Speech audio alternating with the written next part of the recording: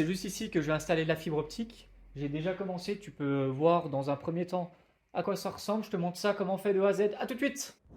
Évidemment, avant de vous montrer le tuto pour la pose d'un ciel étoilé, voilà le résultat final, un avant-goût quasiment terminé, encore quelques travaux à faire, notamment mettre de la moquette là juste en face en arrondi dans la pièce rouge et ce ciel étoilé, c'est juste magnifique.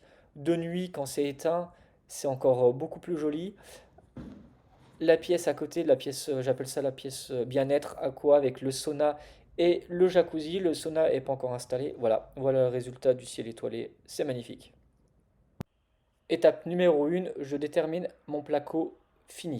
Il va arriver comme ceci. Donc, je trace de l'angle à la 25 à 30 cm. Je trace au plafond en totalité. Pourquoi je fais ça? Parce que si je mets ma fibre trop près ici, par exemple, ça risque de refléter contre le mur et ça va pas être joli. 2. Une fois que tu as fait ça, tu traces au sol ce que tu as tracé au plafond. Donc pareil, tu fais tout le tour. Une fois que c'est fait, tu fais un calpinage. Donc tu prends ton trait en périphérie, tu traces 1 mètre. En périphérie de ce côté-là, 1 mètre. Donc tu fais 1 mètre carré. Tu fais plusieurs carrés comme ça, sur la totalité de ta pièce. Moi, j'ai 12 carrés et demi en totalité. J'ai 400 fibres, donc je fais 400 divisé par 12,5, ce qui me donne 33,5. Par carré, je vais mettre environ 33 fibres et demi. Évidemment, il faut que ça soit homogène, mais en même temps aléatoire. Donc, dans un carré, je peux en mettre par exemple 40. Dans un autre carré, j'en mets 28. Donc, quand tes carrés sont tracés, tu prends ton laser et tu le mets dans l'angle comme ceci. Ça reflète au plafond. Tu fais tes tracés. Tu prends ta perceuse, ta visseuse, avec la mèche qu'il faut par rapport à la fibre optique que tu achètes. Moi, c'est du 1 mm, 0,75 et 1,5. J'avais pas de mèche de 0,75, donc j'ai tout percé avec du 1,5. C'est pas très grave parce que la colle, la peinture et l'enduit va recouvrir le reste. Tu prends donc ta perceuse et tu viens faire tes trous. Hop. Évidemment, où tu as tes rails, là par exemple, et bah faut que tu fasses quand même quelques trous. Tu vois, là, cette fibre-là et celle-ci, enfin celle-ci, et bah elle est au niveau du rail.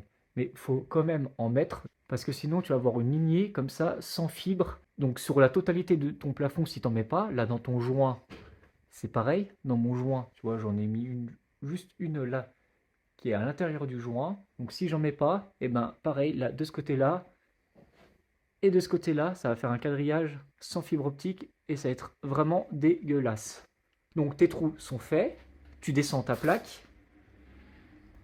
Une fois que ta plaque est au sol, tu détermines combien de trous tu as entre chaque rail. Comme là j'avais 17 trous ici, et ben je prends 17 fibres optiques et je les passe entre les rails. Ainsi de suite, et je fais ça partout au plafond.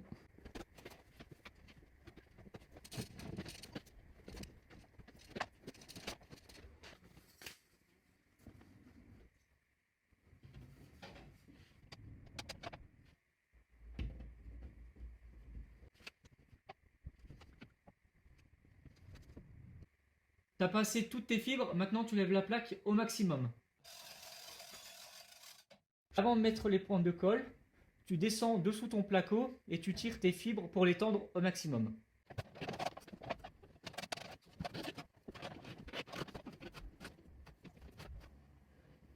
Toi, tu tires comme à la fête foraine, comme si tu voulais gagner une peluche, sauf que là, t'as rien à gagner.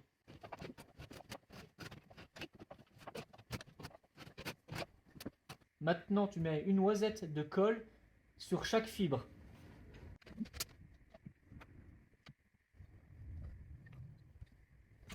Voilà à quoi ça ressemble au-dessus.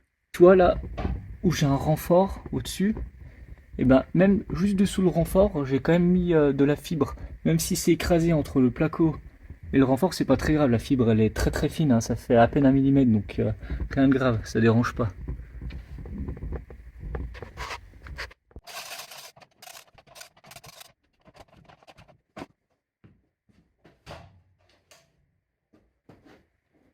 Avant de plaquer en totalité, tu vois là, j'ai laissé un petit jour parce que je vais mettre aussi quelques fibres entre mes joints.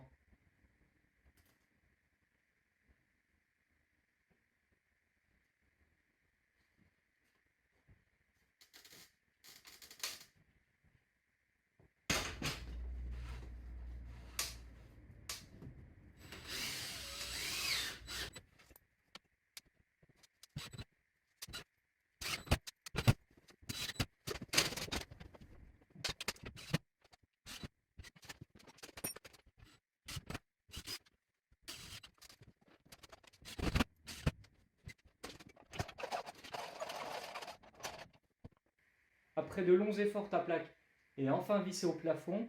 On va maintenant couper la fibre optique. On ne va pas la couper maintenant à ras, ça on le fera plus tard.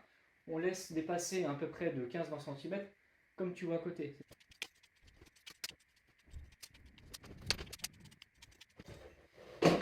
Voilà à quoi ça ressemble dans un premier jet.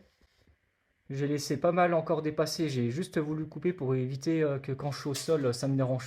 Et on viendra couper plus tard. Là, on a pas mal avancé.